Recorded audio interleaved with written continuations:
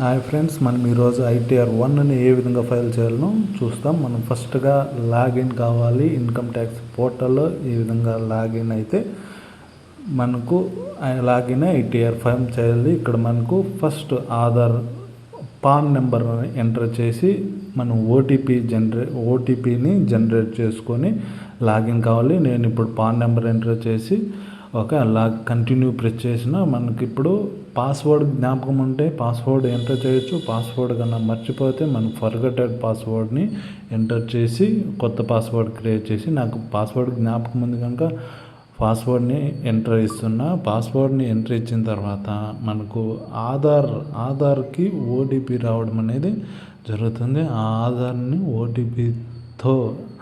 ఓటీపీని ఇచ్చిన తర్వాత మనకు లాగిన్ అయ్యితో నాకు ఆధార్కి ఓటీపీ వస్తుంది. నేను దాన్ని ఎంటర్ చేస్తున్నాను. ఎంటర్ చేసి ఫామ్ ఐటీఆర్ 1 అనే దాన్ని చాలా ఈజీగా వితిన్ 2-3 మినిట్స్లో మనము కంప్లీట్గా మనము ఆ డీటెయిల్ అనేదాన్ని వెరిఫికేషన్ అనేది చేసుకోవచ్చు. చాలా ఈజీ. దీన్ని 5 నిమిషాల్లో దీన్ని కంప్లీట్ చేసుకొని నేను ఇక్కడ అసెస్మెంట్ ఇయర్ అనే దాన్ని సెలెక్ట్ చేసుకుంటున్నా. ఆన్లైన్లో ఫిలప్ చేయాలనుకుంటున్నా.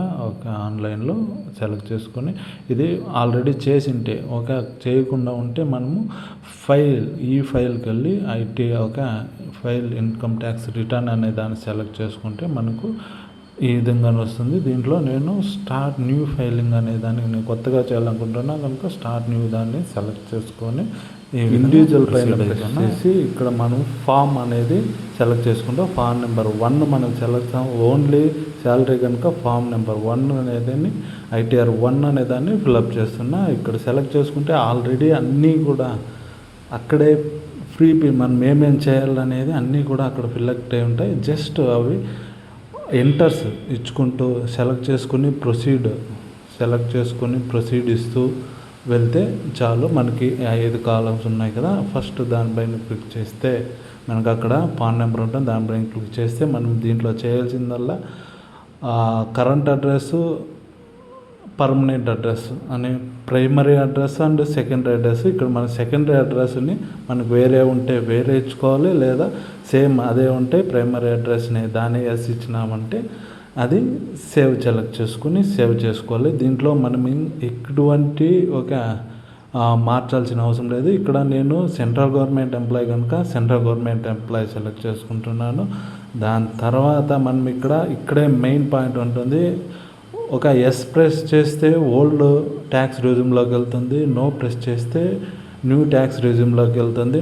నేను నో సెలెక్ట్ చేసుకొని సెలెక్ట్ చేసుకున్నాను. ఇక్కడ మనకు బ్యాంక్ అమౌంట్ మనకు రీఫండ్ రావాలంటే బ్యాంకు వ్యాలిడిటీ చేసుకోవాలి. ఇలా కంప్లీట్ చేసుకొని సేవ్ చేసినామంటే అయిపోతుంది. సెకండ్ది మన ఇన్కమ్ డీటెయిల్. మనకు ఫామ్ 16లో ఏ డీటెయిల్ ఉన్నాయో ఆ డీటెయిల్ని మనం ఆల్రెడీ అవి ఇన్బిల్డ్ ఉంటాయి. అలా ఇన్బిల్డ్ ఉన్నప్పుడు వాటిని సెలెక్ట్ చేసుకుని కరెక్ట్గా ఉన్నాయి సెలెక్ట్ చేసుకొని ఇచ్చుకోవాలి.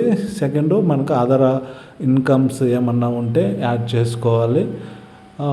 అలా కన్ఫర్మ్ చేసుకున్నామంటే అదర్ ఏవి లేకపోతే జస్ట్ కన్ఫర్మ్. దీనిలో కూడా మనం ఎటువంటి మార్చాల్సిన అవసరం లేదు. జస్ట్ కన్ఫర్మ్ దానిపైన క్లిక్ చేసినామా, కన్ఫర్మ్ ఆప్షన్ని సెలెక్ట్ చేసుకున్నామా. ఇక్కడ అన్నిటి కూడా మనం ఫామ్ 16లో ఉండే డీటెయిల్స్ ఉన్నాయో లేదా అనేది మాత్రమే చెక్ చేసుకోవాలి. మనకి ఇక్కడ ట్యాక్స్ 4th కాలం ట్యాక్స్ ఎంత పే చేయాలనేది చూపిస్తుంది. మనకి నా కేసులో అది 0 కనుక కన్ఫర్మ్ ఇస్తున్నాను. ఇప్పుడు వెరిఫికేషన్లో మనము వ్యాలిడేషన్ చేయడం అనేది జరుగుతుంది. ఇక్కడ కూడా దాన్ని కన్ఫర్మ్ చేసుకొని ప్రాసెస్ టు వ్యాలిడేషన్ని సెలెక్ట్ చేసుకోవాలి. ఇక్కడ ప్రాసెస్ వ్యాలిడేషన్ చేసుకుంటే మనం ఏమేమి ఇన్ఫర్మేషన్ ఇచ్చినామో అన్నీ కూడా అక్కడ చూపించడం జరుగుతుంది.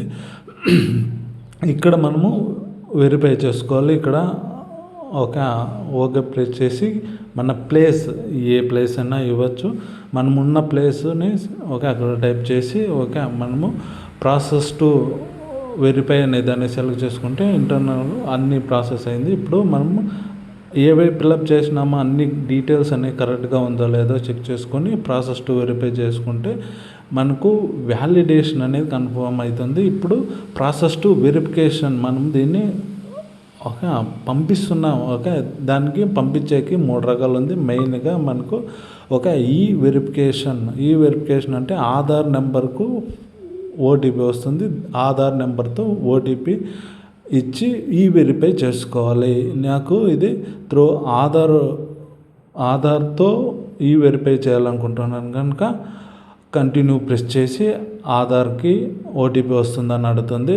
జనరేట్ ఓటీపీ అని ప్రెస్ చేసి జనరేట్ ఓటీపీ ప్రెస్ చేసినామంటే మనకు ఓటీపీ అనేది రావడం జరుగుతుంది. ఆ ఓటీపీని మనము ఇక్కడ ఎంటర్ చేసి జస్ట్ ఆ ఓటీపీని ఎంటర్ చేసి వ్యాలిడేషన్ అనే దాన్ని ప్రెస్ చేస్తే మనకు ITR 1 అనేది కంప్లీట్గా వెరిఫై అయిపోతుంది. తర్వాత స్టెప్ వెరిఫై అవన్నీ జనరల్గా వితిన్ 15 రోజులు, నెల రోజుల్లో అది కావడం అనేది జరుగుతుంది. ఇంతటితో ITR 1 ఫైలింగ్ అనేది కంప్లీట్గా సక్సెస్ అయిపోతుంది.